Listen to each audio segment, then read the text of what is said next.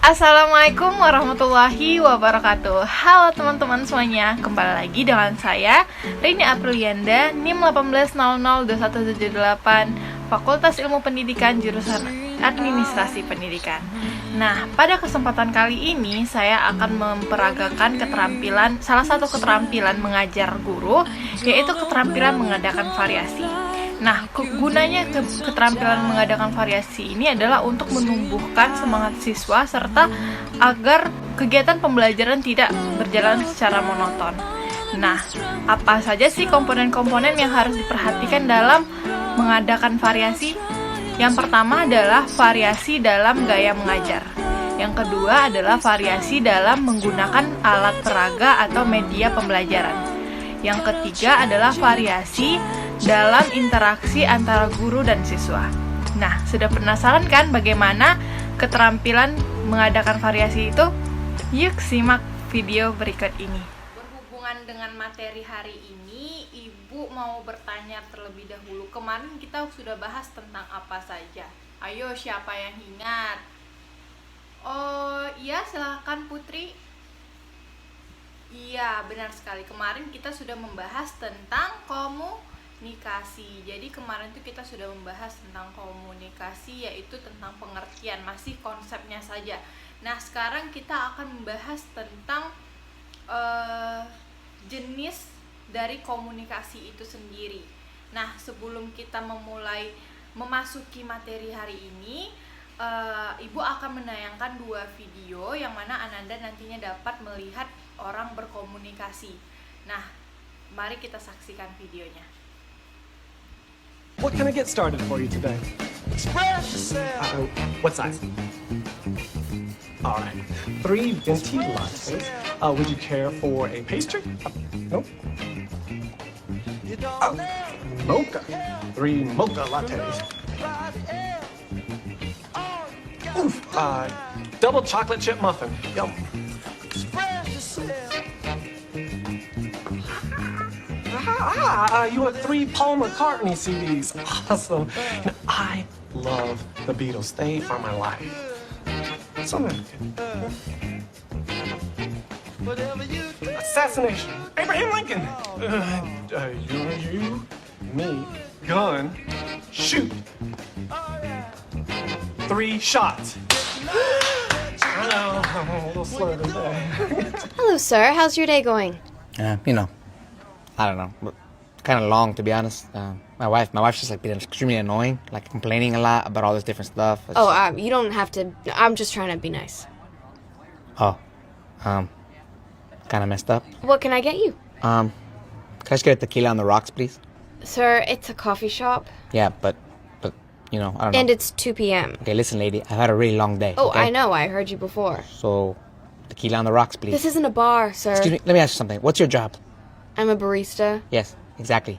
Barista. Barista. B-A-R. Ista. Sir, if you're not ordering coffee, you'll have to leave. Okay, fine. I'll just do a chai latte, please. Okay. With almond milk. Sure. And extra foam, please. Mm-hmm. And 2 shots of tequila, please. Oke, dari komunikasi itu ada 2 bagian, yaitu komunikasi verbal dan non-verbal. Nah, itu yang akan kita pelajari pada pagi hari ini sampai siang nanti. Oke, untuk komunikasi verbal. Apa sih komunikasi verbal itu? Ada nggak yang tahu contoh dari komunikasi verbal? Selain yang secara lisan, apa aja? Tadi kan udah dicontohin tuh melalui video secara lisan disampaikan. Ibu yang sedang bicara sekarang ini menjelaskan kepada anak-anak ibu semua, itu merupakan komunikasi secara verbal. Oke, silakan Aditya. Iya, benar sekali. Menulis surat, tapi sekarang udah jarang ya namanya penulisan surat, karena sekarang apa-apa serba digital, apa-apa tuh di email aja. Nah, email itu juga merupakan komunikasi verbal. Nah, komunikasi verbal, anak-anak ibu misalnya, Anita lagi sedih misalnya, terus buat status di Facebook, itu tuh juga komunikasi verbal. Apapun yang berbentuk lisan dan tulisan, verb itu menghasilkan sesuatu yang, maksudnya itu verb itu berarti adalah kata kerja gitu kan. Jadi lisan dan tulisan itu berarti itu adalah komunikasi verbal berbeda. Nah, komunikasi verbal ini bisa dikatakan tidak jelimet. Kenapa sih maksud dari tidak jelimet itu?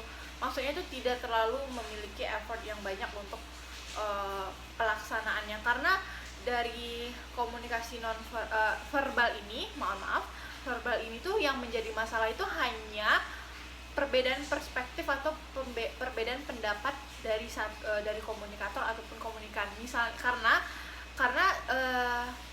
di Indonesia itu masih ada ya, bukan hanya di Indonesia, itu secara menyeluruh yang masih ada terdapat satu makna yang berbeda antara budaya satu ke budaya lainnya. Misalnya nih, Ibu contohin. Misalnya contohnya itu seperti sayur. Sayur kalau bahasa Jawanya itu jangan. Misalnya Ibu tanya sama teman Ibu orang Jawa. Misal kita lagi mau makan, ini apa? Ibu nunjuk ke sayur. Ibu nanya ini apa? Terus teman Ibu bilang ini jangan. Ibu mikirnya, loh kok jangan? Saya kan mau makan, kok jangan, ya kan ya?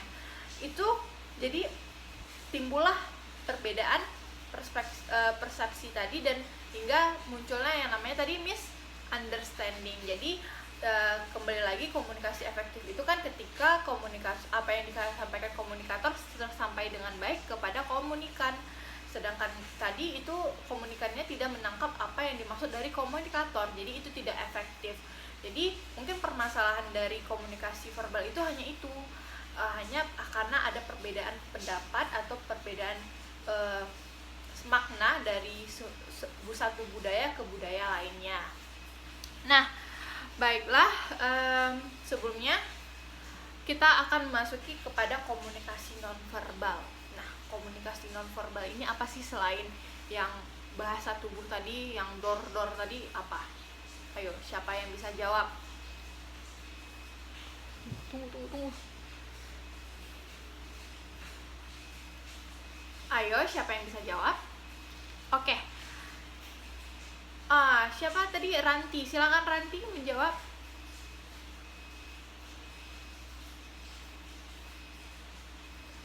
Iya, benar sekali. Tadi ada Ranti mengatakan bahwasanya komunikasi nonverbal itu berupa gesture, berupa sentuhan, atau berupa gerakan, ya kan? Benar sekali. Tapi masih ada yang lain seperti simbol, warna, itu juga merupakan dari komunikasi nonverbal. Loh, kenapa Bu warna sama simbol juga Bu? Gitu. Oke, kita ambil contoh ini. Ibu ada satu contoh. Ini. Ini anak-anak Ibu bisa lihat. Nah, ini gambar apa? Ibu gambarnya ini adalah pelangi ya. Tetapi karena ada satu golongan yang cukup menuai pro dan kontra, dan sekarang Ibu ada di kontra dari ya, mohon maaf kan, pro kontra itu akan selalu terjadi ya. Jadi kita ambil contoh ketika dulu itu, sebelum waktu Ibu masih kecil, melihat pelangi ini adalah hal yang sangat menyenangkan. Wah, indah sekali pelangi. Dulu tuh apa-apa mau gambar rumah, mau gambar gunung, itu harus ada pelanginya dulu kalau Ibu. Tapi sekarang entah kenapa Ibu takut sama ini anak-anak. Kenapa? Karena ini sudah menjadi apa ya? Menjadi viral di kehidupan Ibu. Kalau ini adalah simbol dari suatu golongan yang mana Ibu tidak ada di dalam golongan itu. Maksudnya itu tidak sependapat dengan golongan itu gitu. Jadi ketika Ibu melihat teman Ibu, misalnya anggap Ibu bertemu dengan teman Ibu, dia memakai case handphone dengan warna seperti ini, menurut dia itu indah, bagus, cantik. Dia tidak bermaksud bahwa dia itu bagian dari golongan itu. Tetapi Ibu ketika Ibu melihatnya, aduh, si A ternyata golongan ini ya gitu. Duh, gimana tuh? Nah, itu merupakan komunikasi nonverbal. Efektif tidak efektif, karena sedangkan verbal aja jadi masih ada yang kendala untuk menjadi komunikasi efektif, dan apalagi nonverbal yang sangat jelimet ini, sangat sulit, harus teliti gitu ya. Nah, pasti masih ada yang namanya komunikasi. Nah, warna juga merupakan bentuk dari komunikasi nonverbal. Kenapa? Karena kita ambil contoh aja. Misal partai A itu identik dengan warna kuning, partai B itu identik warna biru muda. Jadi ketika berkumpul, ketika ibu memakai baju warna kuning, orang-orang pasti langsung bilang, oh kamu pendukung partai A ya, gitu. Itu juga merupakan komunikasi nonverbal. Ibu tidak mengatakan kepada mereka, ibu tidak menyuratkan kepada mereka, tetapi mereka langsung tahu dengan cara melihat warna yang ibu pakai. Itu merupakan komunikasi nonverbal. Tadi juga teman kita mengatakan bahwasanya gesture itu yang seperti contoh tadi ya, kayak gini. Kalau ibu kayak gini tuh tandanya apa? Aduh, tandanya ibu marah. Kalau ibu kayak gini, tandanya ibu bete. Tapi tidak semua orang mengartikan hal yang sama. Kadang-kadang ada orang yang ini, oh ini anaknya arogan. Ternyata, padahal ada orang yang seperti ini, padahal dia tidak bermaksud apa-apa. Tetapi dengan gesture kayak gini, ini adalah arogan kata orang, ya. Dan kayak gini juga arogan. Nah, tadi juga ada disebutkan sentuhan. Nah, sentuhan ini sama ini berbeda ya, anak-anak. Berbeda kan? Coba dulu ibu mau tanya kepada Anita. Kalau ibu megang Anita secara seperti ini, Anita merasakan apa? Pesan yang Anita rasakan itu apa? Iya, benar sekali. Wah, ibu ternyata sayang sama saya, dielus-elus. Tapi ibu giniin Anita. Anita, pesan yang Anita dapat apa? Oh, ibu lagi marah sama saya. Nah, itu merupakan komunikasi nonverbal. Ketika saya dielus kepalanya sama papanya, oh papa lagi marah. Tapi ketika papanya mukul, kamu gini aja, berarti papanya lagi ngijutin. Tapi tidak semua orang menangkap itu dengan hal yang sama. Masih ada yang namanya miskomunikasi. Kadang-kadang teman kita giniin teman kita cuma mau istilah tuh rada-rada apa ya, lagi gaya-gaya pendekatan, hey apa kabar gitu, mau nanya gitu ke teman.